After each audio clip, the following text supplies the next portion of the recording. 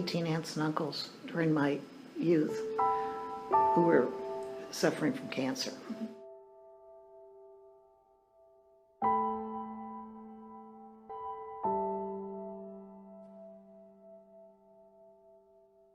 I lost both my parents and my husband to cancer, so cancer has had a tremendous impact on my life.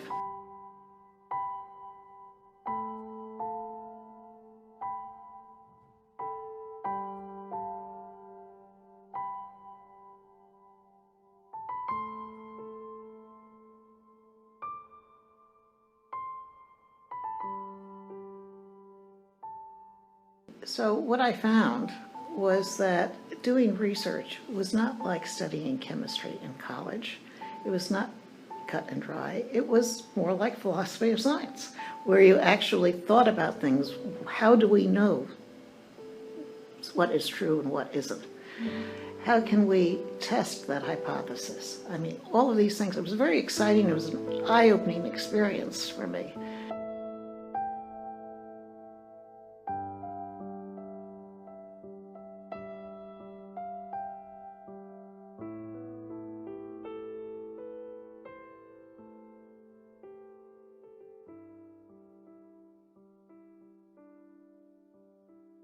Unless students have this exposure to research, they are not going to understand what research is, because they can see doctors, they can see bankers, they can see lawyers, but they don't see a research scientist.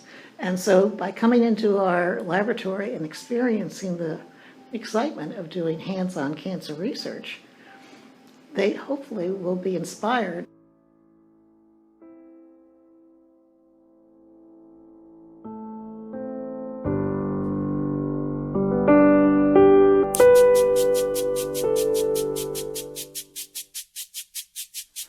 I can't sleep, no, not like I used to. I can't breathe in and out like I need to. Goodbye, apathy. So long. In Kentucky, in the northern region, in a city called Newport, there lies a cancer research lab. This is its story, its mission, and its people. Every year, cancer kills approximately 500,000 people, which is 1,500 people every day. This statistic has to change. I'm doing something about it.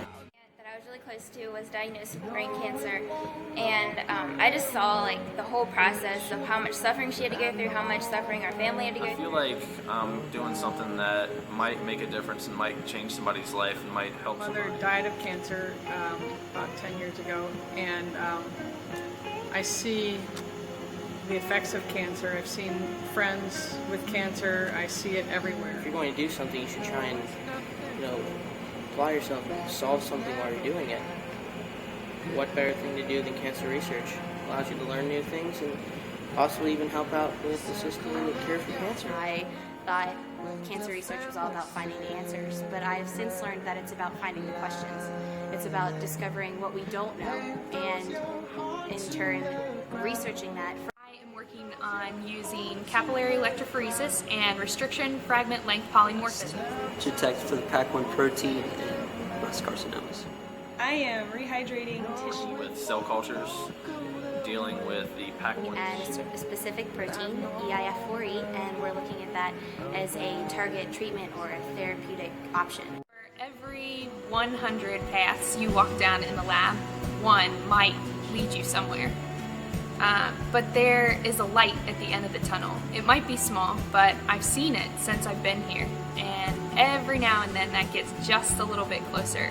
And those are the moments that I'm here for. I had some benign tumors myself, and that I had to have radiation for. Seeing patients who suffer from cancer, it definitely brings. We're all making an incredible effort in the attempt to conquer this. Every person that works here, their work counts. Every person that works here is a big piece of the pie. Really small and has very limited resources, but that makes everyone even more determined and more focused on finding a cure.